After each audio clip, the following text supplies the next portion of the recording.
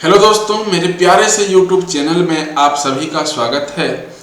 यह video specially CGPSC aspirants के लिए है जिन्होंने हाल ही में CGPSC प्री का एग्ज़ाम दिया हुआ है और वे जितने सारे कैंडिडेट हैं वे CGPSC मेंस की तैयारी कर रहे हैं। तो आज के इस लेक्चर में, इस वीडियो में क्या कवर करने वाले हैं, एक बार नज़र डालते हैं। देखिए दोस्तों, जो CGPSC मेंस है वहाँ पर जनरल साइंस का पेपर होता है और इस जनरल साइंस के पेपर में केमिस्ट्री पोर्शंस है। ठीक है, जनरल साइंस के पेपर में केमिस्ट्री पोर्शंस है और ये सारे केमिस्ट्री पोर्शंस का जितने भी चैप्टर हैं सारे चैप्टर को हम यहाँ पे कवर करेंगे। और आज के इस लेक्चर में हम लोग रासायनिक बल गतिकी स्टार्ट करेंगे। ठीक है, रासायनिक बल गतिकी जिसे काइनेटिक्स भी कहते हैं, इसको आज हम स्टार्ट करेंगे और बेसिक से स्टार्ट करेंगे दोस्तों। ठीक है, पूर्ण रूप से बेसिक से स्टार्ट करेंगे। जिसको कुछ भी नहीं आता है उसको भी आ जाएगा और एक समझ विकसित करेंगे हम लोग। ठीक है, तो चलिए बिना वक्त गवाए जो है हम लोग रासायनिक बल गतिकी स्टार्ट करते हैं और उम्मीद करता हूँ आप सभी लोग जो है व्यस्त होंगे, मस्त होंगे और तैयारी करते होंगे।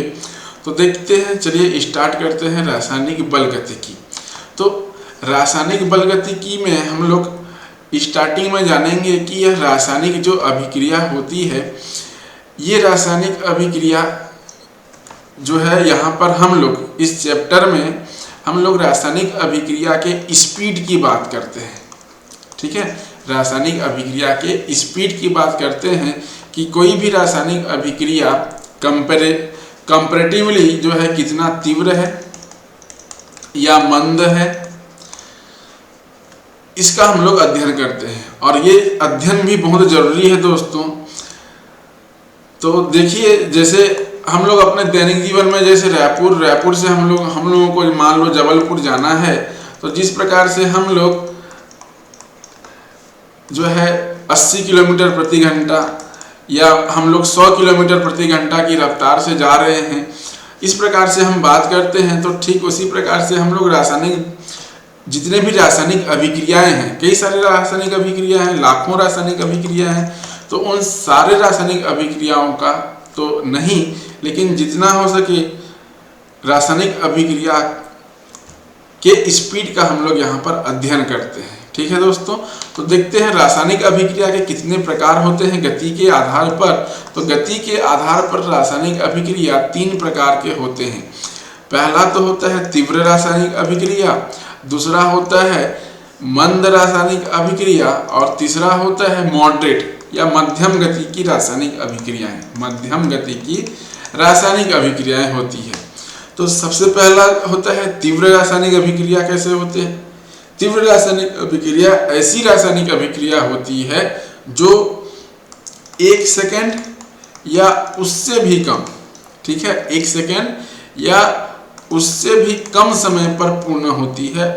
ऐसी रासायनिक अभिक्रिया को तीव्र रासायनिक अभिक्रिया कहते हैं।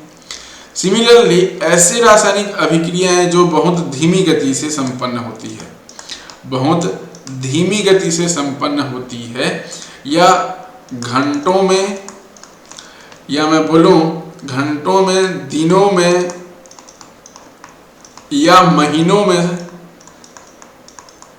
संपन्न होती है, ऐसी रासायनिक अभिक्रियाओं को मंद रासायनिक अभिक्रिया कहते हैं।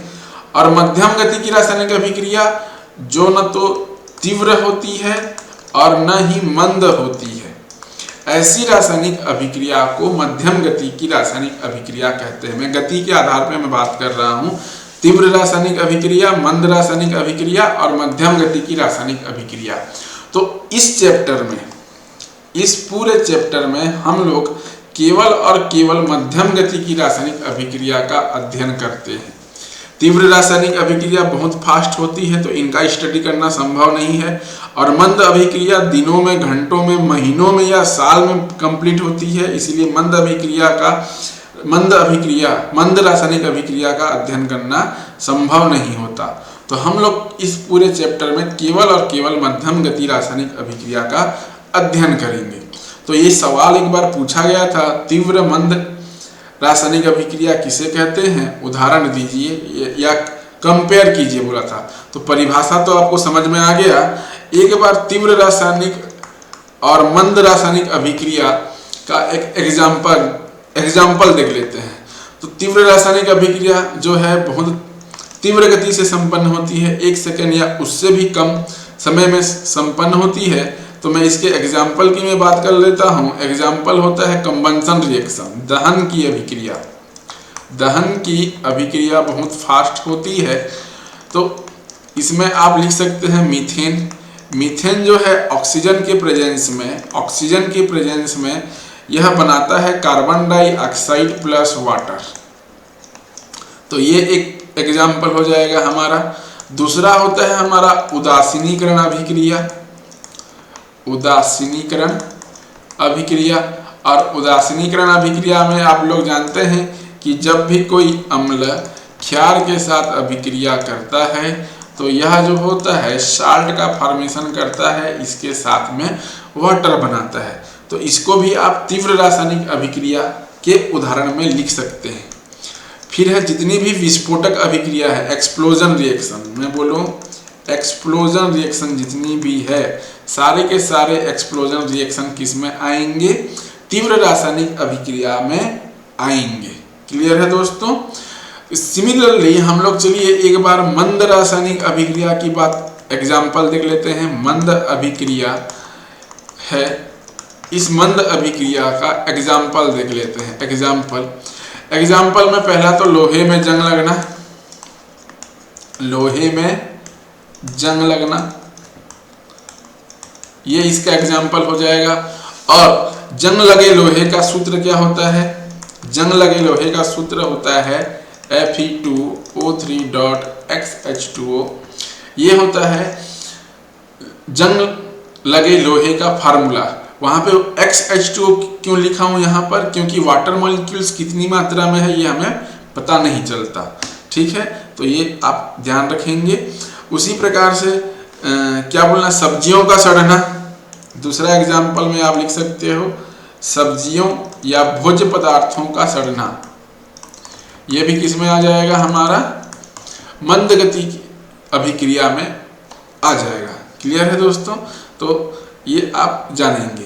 तो सिमिलरली हम तो अभी जो मध्यम गति की अभिक्रिया है, मध्यम गति की अभिक्रिया का हम लोग यहाँ पर क्या करेंगे, अध्ययन करेंगे। इस पूरे चैप्टर में केवल और केवल मध्यम गति अभिक्रिया का ही अध्ययन करना है। तो इसके जितने भी रिएक्शंस हैं वो यहाँ पर आ जाएंगे। ठीक है, तो चलिए सबसे पहले हम यहाँ पर द्रव्यानुपाती क्रिया का नियम पढ़ेंगे। देखो डेफिनेशन बाद में दोस्तों, सबसे पहले हमको समझना है। डेफिनेशंस बाद में याद रखना, सबसे पहले हमें समझना है कि द्रव्यानुपाती क्रिया का नियम क्या है। तो हम लोग सबसे पहले क्या करेंगे कि कोई भी एक एग्जाम्पल लिखेंगे या रासायनिक अभिक्रिया लिखेंगे। तो मान लीजिए जो है रासायनिक अभिक्रिया ए जो है बी बनाता है। ए जो है यहाँ पर क्या है, अभिकारक है, और बी क्या है, यहाँ पर उत्पाद है।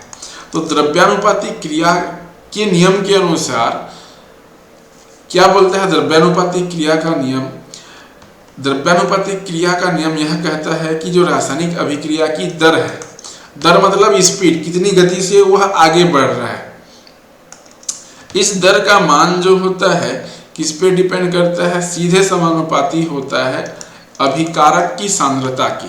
किसके समानुपाती होता है, अभिकारक की सांद्रता। यहाँ पर जो मैंने ब्रैकेट दर्शाया है, यह ब्रैकेट जो है सांद्रता को बतलाता है। सांद्रता मतलब सीधा सीधा मैं बोल सकता हूँ अमाउंट। ठीक है, क्योंकि हम लोग केमिस्ट्री पढ़ रहे हैं, केमिस्ट्री में सांद्रता व्यक्त करते हैं, या मैं जनरल भाषा में बोलूँ अमाउंट। वहाँ पर ए की अमाउंट कितनी है, तो चूंकि केमिस्ट्री पढ़ रहे हैं तो हम लोग यहाँ वर्ड यूज करेंगे सांद्रता। तो रासायनिक अभिक्रिया की दर जो है अभिकारक की सांद्रता के सीधे समानुपाती होता है। और यदि इस समानुपाती चिन्ह को हटाऊं तो यहाँ पर के आता है, जहाँ पर के जो होता है दर स्थिरांक होता है। के जो होता है यहाँ पर दर स्थिरांक होता है। क्लियर है दोस्तों, ये द्रव्यानुपाती क्रिया का नियम है। तो मैंने यहाँ पर एक रिएक्शन लिखा और एक रिएक्शंस में मैंने आपको बताया कि के क्या है, ए क्या है और दर क्या है। दर क्या है एक बार मैं आपको बता देता हूं। दर क्या होता है, दर क्या होता है ये भी आपको जानना जरूरी है। जैसे कोई भी रासायनिक अभिक्रिया है, अभिकारक ए जो है प्रोडक्ट बी में परिवर्तित हो रहा है, तो दर क्या बताता है, दर हमको बताता है, जिसको हम लोग इंग्लिश में रेट भी बोलते हैं। यह जो है अभी देखो, अभिकारक की सांद्रता में क्या होती है, धीरे धीरे कमी आती जाती है समय के साथ, और उत्पाद की सांद्रता में क्या होती है, वृद्धि होती है। तो समय के साथ अभिकारक की सांद्रता में कमी आती है, ये भी हमको बताता है। ये दर क्या बताता है, अभिकारक की सांद्रता में कमी को बताता है। किसके साथ, समय के रेस्पेक्ट में, और अभिकारक की सांद्रता में कमी को बताएगा। ठीक है, किसके रेस्पेक्ट में, समय के रेस्पेक्ट में, साथ ही साथ उत्पाद की सांद्रता में वृद्धि हो रही है, तो यहाँ पे उत्पाद की सांद्रता में वृद्धि को बताता है, में वृद्धि को बताता है समय के साथ। ये भी आप ध्यान रखेंगे। दर क्या बताता है, अभिकारक की सांद्रता में धीरे धीरे समय के साथ कमी आती है और उत्पाद की सांद्रता में धीरे धीरे वृद्धि होती है समय के साथ। ये हमको बतलाता है दर। क्लियर है। और के क्या है, के जो है दर स्थिरांक है, ये याद रखना। तो सबसे पहले मैं आपको द्रव्यानुपाती क्रिया के नियम को विभिन्न रासायनिक अभिक्रिया में किस प्रकार से व्यक्त करते हैं, लिखते कैसे हैं, ये मैं आपको बतलाना चाह रहा हूँ। तो रासायनिक अभिक्रिया को जो लॉ ऑफ मास एक्शन है, द्रव्यानुपाती क्रिया का नियम जो है वह विभिन्न रासायनिक अभिक्रियाओं में लिखते कैसे हैं, ये मैं आपको बताना चाह रहा हूँ। तो देखिए लिखते कैसे हैं, जैसे मैंने यहाँ पर लिखा कार्बन प्लस ऑक्सीजन, ये बना रहा है हमारा कार्बन डाइऑक्साइड। तो द्रव्यानुपाती क्रिया के नियम के अनुसार मैं लिखूंगा यहाँ पर दर इज इक्वल टू के, सी की सांद्रता इनटू ऑक्सीजन की सांद्रता। मैंने यहाँ पर कुछ इस तरह से लिखा है। तो द्रव्यानुपाती क्रिया के नियम के अनुसार इस प्रकार से लिखा जाता है। तो यहाँ पर प्रोडक्ट से हमें मतलब नहीं रहता। द्रव्यानुपाती क्रिया के नियम में हमको केवल और केवल अभिकारक की सांद्रता पर निर्भर रहता है उत्पाद का बनना। तो हमें केवल और केवल अभिकारक की सांद्रता से मतलब है, प्रोडक्ट या उत्पाद से हमें कोई लेना देना नहीं। तो समझ में आया। चलो एक एग्जाम्पल और लेते हैं। यहाँ पर N2 प्लस थ्राइस H2, यहाँ पे ट्वाइस अमोनिया हो जाएगा। तो यहाँ पर यदि मुझे दर लिखना है तो दर इज इक्वल टू मैं लिखूंगा के, नाइट्रोजन लिखना है और हाइड्रोजन लिखना है। अमोनिया को यहाँ पर लिखना नहीं है। लेकिन देखो हाइड्रोजन का जो सामने में एक अंक आपको दिखाई दे रहा है, जिसे हम लोग स्टोइचियोमेट्री कोफिशिएंट बोलते हैं। क्या बोलते हैं, स्टोइचियोमेट्री कोफिशिएंट बोला जाता है। इसको हम लोग घात के रूप में इस प्रकार से लिखते हैं।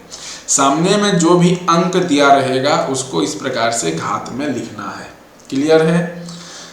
ये भी कैसे लिखना है आपको समझ में आया होगा। चलो एक और लिखते हैं, A2A प्लस 3B लिख देता हूँ। ये बनाता है C प्लस D। हमको किस प्रकार से लिखना है, द्रव्यानुपाती क्रिया के नियम में दर इज इक्वल टू के, यहाँ पर लिखना है कंसंट्रेशन ऑफ A और यहाँ पर लिखना है कंसंट्रेशन ऑफ B। A के सामने 2 है तो घात में 2 लगाओ, B के सामने 3 है तो घात में 3 लगाओ। इस प्रकार से हम लोग यहाँ पर लिखते हैं। क्लियर है। चलो एक एग्जाम्पल और ले लेता हूँ मैं। एग्जाम्पल कुछ भी ले लो आप, H2 plus I2 twice HI में ले लेता हूँ। यहाँ पर मैं लिखना चाहूँ तो दर बराबर के, यहाँ पर H2 और यहाँ पर I2, कुछ इस तरह से मैं लिख सकता हूँ। क्लियर है। तो यहाँ पर यदि मैं देखूँ तो मैं परिभाषा क्या लिख सकता हूँ, बताओ। सीधा सीधा परिभाषा बताओ। इसको देख के बताना, जो हम यहाँ पर लिख रहे हैं ना दोस्तों, उसको देख के बताना कि परिभाषा किस प्रकार से यहाँ पर लिख सकते हैं। सीधी सी बात है। द्रव्यानुपाती क्रिया के नियम के अनुसार, द्रव्यानुपाती नियम क्या है बोलने से, हम लोग किस प्रकार से लिख सकते हैं यहाँ पर द्रव्यानुपाती क्रिया के नियम को, किसी रासायनिक अभिक्रिया की दर, मैं यहाँ पे लिख देता हूँ, किसी रासायनिक अभिक्रिया की दर उस अभिक्रिया में होने वाले सांद्रता के गुणनफल के बराबर होता है। वो जो अभिक्रिया हमको दिखाई दे रही है, इस अभिक्रिया में भाग लेने वाले अभिकारक के सांद्रता के गुणनफल के बराबर होता है। अभिकारक के सांद्रता के गुणनफल के बराबर होता है, ये A की सांद्रता है, ये B की सांद्रता है। ठीक है, मैं यहाँ पे अलग कलर का यूज करता हूँ ताकि आपको समझ में आए। ये जो है, ठीक है, ये जो है A की सांद्रता है, ये हमारा B की सांद्रता है। तो A की सांद्रता और B की सांद्रता दोनों का गुणनफल है। सिमिलरली इस रासायनिक अभिक्रिया के लिए देखो, हाइड्रोजन प्लस आयोडीन में ये हाइड्रोजन की सांद्रता और ये आयोडीन की सांद्रता दोनों का गुणनफल है।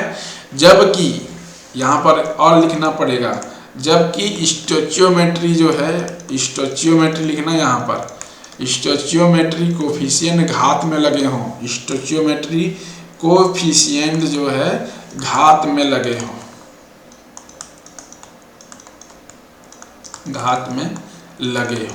इतना आपको लिखना पड़ेगा।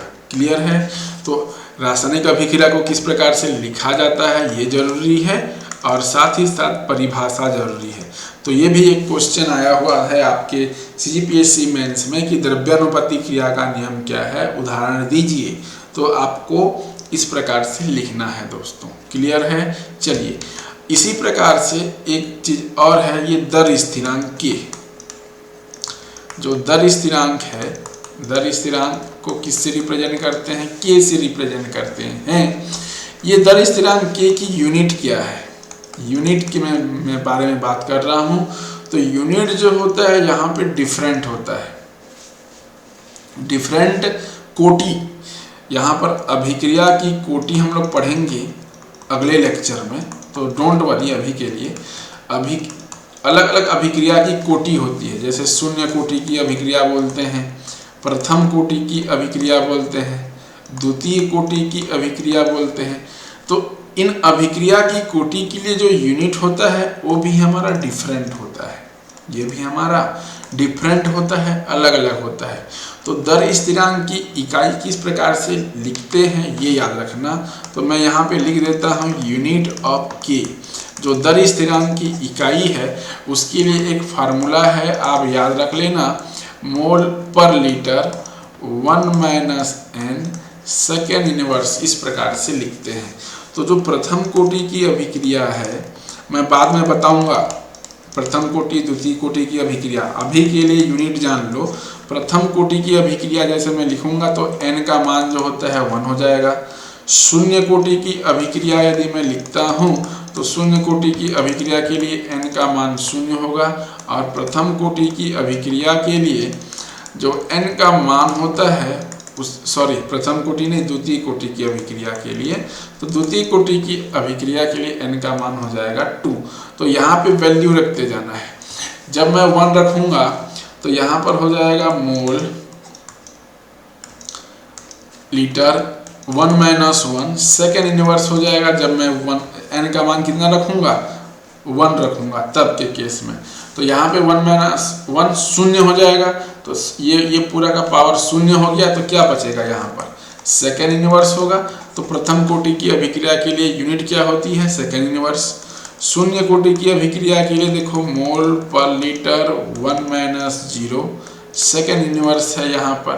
तो 1 - 0 1 होता है, तो यहाँ पे लीटर ऊपर आ जाएगा, तो यहाँ पे मोल जो है लीटर सेकेंड इनवर्स हो जाएगा।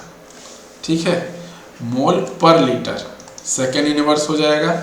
और यदि मैं n का मान 2 रखूं तो यहाँ पर हो जाएगा मोल पर लीटर 1 - 2 सेकेंड इनवर्स। तो यहाँ पर हो जाएगा -1 है ना, तो mole inverse litre second inverse ये हो जाएगा। तो देख लो, अलग अलग अभिक्रिया की कोटि के लिए यूनिट भी अलग अलग होता है, तो ये यूनिट आप लोग याद रखेंगे, बहुत ज़रूरी है ये यूनिट। आई होप इतना तक आपको समझ में आया होगा। क्लियर है? यूनिट अब के आपको समझ में आया होगा। तो वीडियो को अधिक लंबा नहीं करते, अगले लेक्चर में हम लोग देखेंगे, ठीक है, अगले लेक्चर में हम लोग क्या देखेंगे, जो के है, के को कौन कौन से कारक प्रभावित करते हैं, प्रभावित करने वाले कारक हम लोग यहाँ पर देखेंगे अब अगले लेक्चर में। तो उम्मीद करता हूँ ये वीडियो लेक्चर आपको समझ में आया होगा। तो यदि यह वीडियो लेक्चर आपको समझ में आया है तो चैनल को लाइक कीजिए, शेयर कीजिए, सब्सक्राइब कीजिए, ताकि जितने भी CGPSC एस्पिरेंट्स हैं वहाँ तक यह वीडियो पहुँच सके दोस्तों। तो अगले लेक्चर में हम लोग मिलेंगे के को प्रभावित करने वाले कारक के रूप में। तो thank you all of you.